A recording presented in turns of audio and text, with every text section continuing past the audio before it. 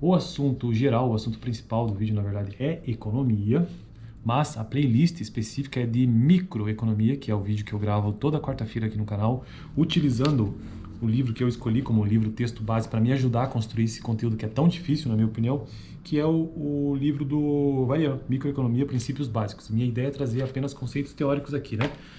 Nesta playlist, beleza? Para quem... o tema específico de hoje que eu quero tratar, continuando os temas do livro, né, é sobre a curva de demanda. Curva de demanda, beleza? No vídeo anterior eu tratei sobre otimização e equilíbrio, que são dois princípios básicos, elementares ou fundamentais de microeconomia. O princípio de otimização, que significa que as pessoas tentam escolher o melhor padrão possível de consumo, aquele que estiver melhor ao seu alcance. Então, o princípio de otimização é que a pessoa sempre vai querer o melhor possível que tiver ao seu alcance no consumo.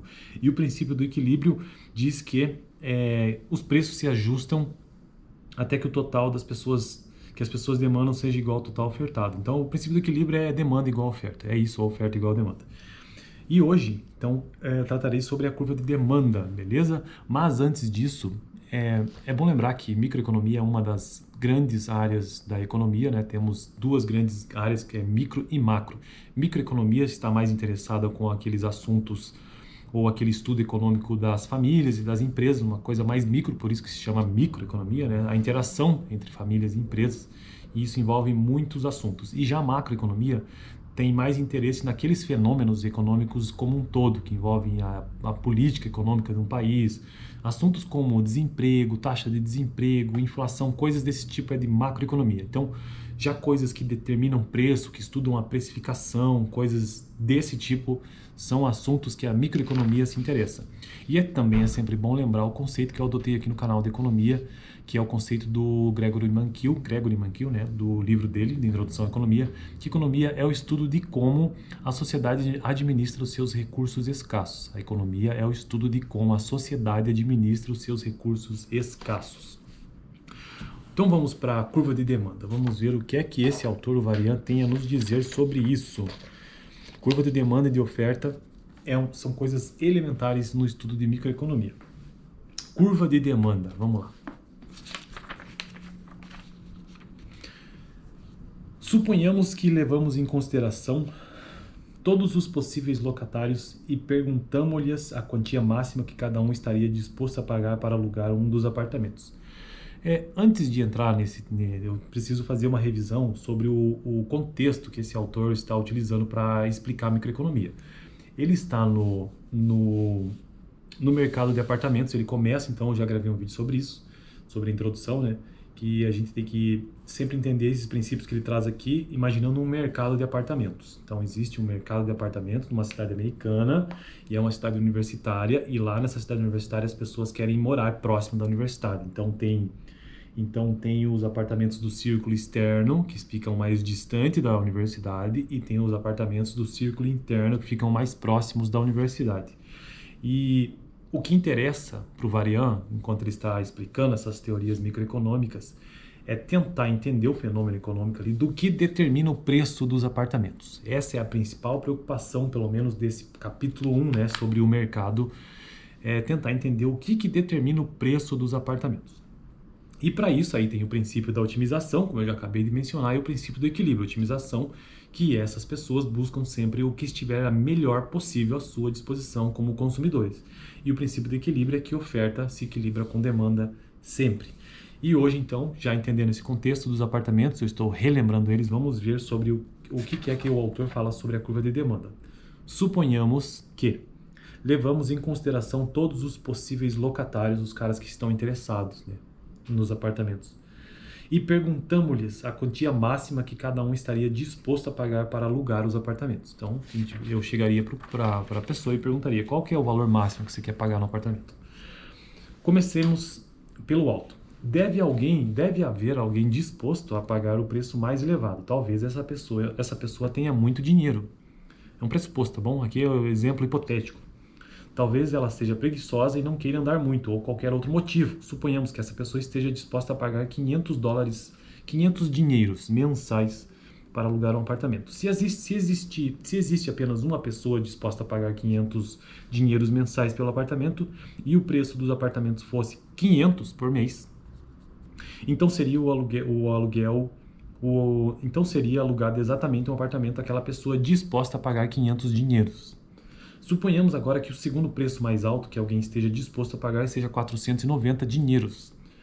Então, se o preço de mercado fosse de 499, ainda seria alugado apenas um apartamento. A pessoa que estava disposta a pagar 500 dinheiros alugaria o apartamento. Mas a que estava disposta a pagar 490 não alugaria, porque ela está disposta a pagar 490. Apenas um apartamento seria alugado se o preço fosse de 498, 496, 495 e assim sucessivamente até chegar a 490. A esse preço, ou seja, quando chegasse a 490, seriam alugados exatamente 2 apartamentos, um por 500 dinheiros e outro por 490 dinheiros. Da mesma forma, 2 apartamentos seriam alugados até que alcançasse o preço máximo que a pessoa com o terceiro maior preço estivesse disposta a pagar e assim por diante. Os economistas, e aqui vem um conceito, olha só, os economistas costumam chamar de preço reserva, a quantia máxima que uma pessoa está disposta a pagar por alguma coisa. Então, sempre que você tiver aí na sua cabeça um preço máximo que você está disposto a pagar por algo, isso se chama de preço reserva. Preço de reserva, na verdade, né? Ele é o preço máximo que a pessoa aceitará pagar por um bem e ainda assim comprá-lo. O máximo que você está disposto a pagar. Em outras palavras, o preço de reserva de uma pessoa é o preço em relação ao qual essa pessoa é indiferente entre comprar ou não comprar o bem. Em outras palavras, o preço de reserva de uma pessoa é o preço em relação ao qual essa pessoa é indiferente entre comprar ou não comprar o bem. Em nosso exemplo, se uma pessoa possui um preço de reserva P, isso significa que ela é exatamente indiferente entre morar no círculo interno e pagar um preço P e morar no círculo externo, porque ela tem esse preço de reserva. Então, morar próximo da universidade ou morar longe com este preço, ela é indiferente. Assim, o número de apartamentos a serem alugados a um dado preço P asterisco, será exatamente igual ao número de pessoas cujo preço de reserva seja igual ou maior que P asterisco. Isso porque se o preço esse estrelinha, né? Isso porque se o preço de mercado for P estrela, todos aqueles dispostos a pagar ao menos P estrela por um apartamento irão desejar um apartamento no círculo interno. E todos os que não estiverem dispostos a pagar esse novo preço preferirão morar no círculo externo. É possível apresentar esses preços de reserva num diagrama como na figura 1, que eu deixaria aqui na tela, mas como eu não edito o vídeo eu não consigo, né? Aqui o preço é apresentado ou representado no eixo vertical e o número de indivíduos dispostos a pagar aquele preço ou mais é apresentado no eixo horizontal. E aqui vou apresentar o gráfico a vocês deste livro, do gráfico cartesiano, do plano cartesiano, eixo XY, que é extremamente utilizado em microeconomia. Então aqui está o gráfico, o padrão, que todo mundo já viu na escola, né? Eixo X, aqui é o número de apartamentos que existentes nesse nosso cenário hipotético, e o eixo Y é o preço de reserva, é o preço. Então eixo X é o número de apartamentos e Y o preço. E a curva de demanda, veja só como ela é descendente, e eu já vou explicar sobre isso. Outra forma de ver a figura 1.1 é imaginá-la medindo o número de pessoas que gostariam de alugar alugar apartamentos a um preço qualquer. Uma curva dessas constitui um exemplo de uma curva de demanda. Então esta é a curva de demanda. Uma curva que expressa a relação entre a quantidade demandada e os preços. Quando o preço de mercado estiver acima de 500, nenhum apartamento será alugado. Então, olha lá, preço acima de 500, ninguém tem interesse. É negativo, não existe isso. Quando estiver entre 500 e 490, um apartamento será alugado. Lembra o exemplo que eu falei? Ó? 500, o preço, uma pessoa se interessou. Quando estiver entre 490 e o terceiro mais alto, preço de reserva, 2 apartamentos serão alugados e assim por diante. A curva de demanda descreve... Agora, preste bem atenção nisso aqui. A curva de demanda descreve a quantidade demandada a cada preço possível. Então, descreve a quantidade procurada a cada preço possível. É isso que está acontecendo aqui, tá vendo? Então, quando o preço estiver a 490, maior demanda e assim por diante. Lembrando que nós estamos aqui em economia tentando descobrir o que determina o preço.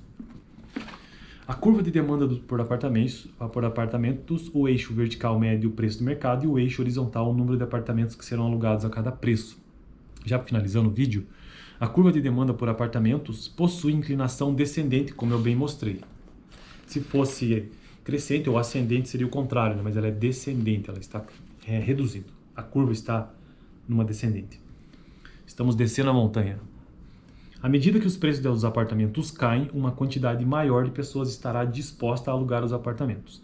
Se houver muitas pessoas e os seus preços de reserva diferem pouco, é razoável pensar que a curva de demanda inclinar-se-á suavemente para baixo, como na figura 1.2. Então essa figura aqui demonstra uma curva de demanda numa suave, né? Com uma curva descendente suave. A curva dessa figura tem a aparência que a curva da demanda da figura 1.1 teria se houvesse muitas pessoas desejando alugar um apartamento. Os saltos mostrados na figura 1.1 são agora tão pequenos em relação ao tamanho do mercado que podemos, sem nenhum risco, ignorá-los ao traçar a curva de demanda de mercado. Isso porque o preço de reserva é praticamente equivalente, né? Então, por isso que a curva tem esse padrão. Beleza? Então, o vídeo de hoje é sobre isso. E queria resumir aqui o vídeo que a curva de demanda descreve a quantidade demandada a cada preço possível. Então há uma variação de preço, a quantidade demandada também se modifica. E no próximo vídeo eu vou tratar sobre a curva de oferta, que é exatamente o oposto disso, pelo menos graficamente. Valeu? Assiste aqui o último vídeo que eu gravei sobre microeconomia e se inscreve no canal.